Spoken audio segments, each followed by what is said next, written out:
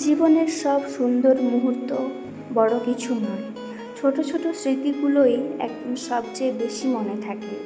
আজকের দিনটা ছিল একদম সাধারণ, তবুও এই সাধারণের মধ্যেই লুকিয়ে ছিল অনেকটা শান্তি, অনেকটা হাসি আর নিজের জন্য কিছু একটু সময়।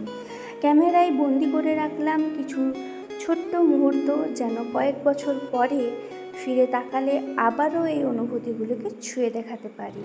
তো চলো বন্ধুরা, তোমরা সবাই কেমন আছো? আজকে ডে 17-এর গল্পটা তোমাদের সাথে শেয়ার করি, চলো। তো তোমরা দেখতেই তো পেলে, আমি সকালে উঠে পর ব্রাশ করে চা খেয়ে নিলাম, চা বিস্কুট নিয়ে বসলাম, খেলাম। তারপর একটু টুকিটাকি কাজ সেরে একটু মাঝখানে ড্রাই ফ্রুটস খেয়ে আমি ছাদে সোনামাকে নিয়ে বেরো করতে চলে এলাম। আর এখন আমাদের কালী পুজোর বাড়ি চলছে, তাই মা স্নান টান সেরে কালী মন্দির ধুতে চলে এসেছে, বাবা এসে পুজো করবে। আর আমি মায়ের সাথে এসেছি, একটু ভিডিও করে নিলাম আর কি। তারপর মাঝখানে টুকিটাকি কাজ সেরে পর আমি উপরে চলে এসেছি স্নানের জন্য। আমি স্নানের জিনিসগুলো দেখো কত সুন্দর আকাশ থেকে টপ টপ করে ফেলছি। তারপর স্নান শেষে আমি নিজে একটু সাজুগুজু করে নিলাম। এই যে একটু মুখে ক্রিম মাখছি, একটু ঢং করছি, তোমরা দেখো গাইস ঢংগুলো আমার। তো নিজে একটু রেডি হয়ে নিলাম স্নান করার পর। এরপর কি করব, মাঝখানটায় হয়তো একটু ভেগ করব নিচে সোনামার সাথে, মায়ের সাথে, দিদিভাইয়ের সাথে। কি আর করব, টান টানান আমি রেডি। কেমন লাগছে আমায়? এরপর দুপুরের লাঞ্চ আজকে বিশেষ সেরকম কিছু হয়নি।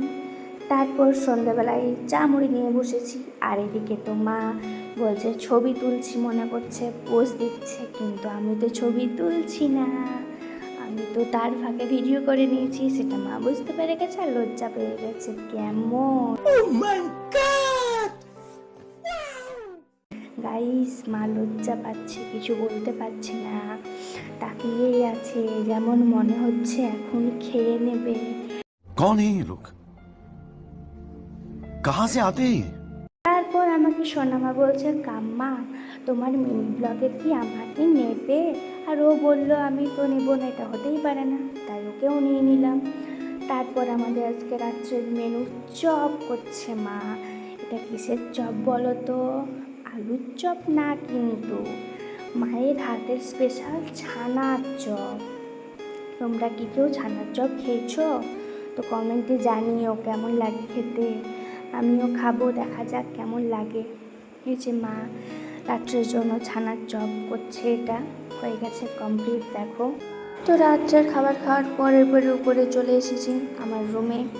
এরপরে রাত্রে শোয়ার আগে একটু স্কিন কেয়ার করবো। স্কিন কেয়ার বলতে আমি শুধু ফেস ওয়াশটাই করি গাইস।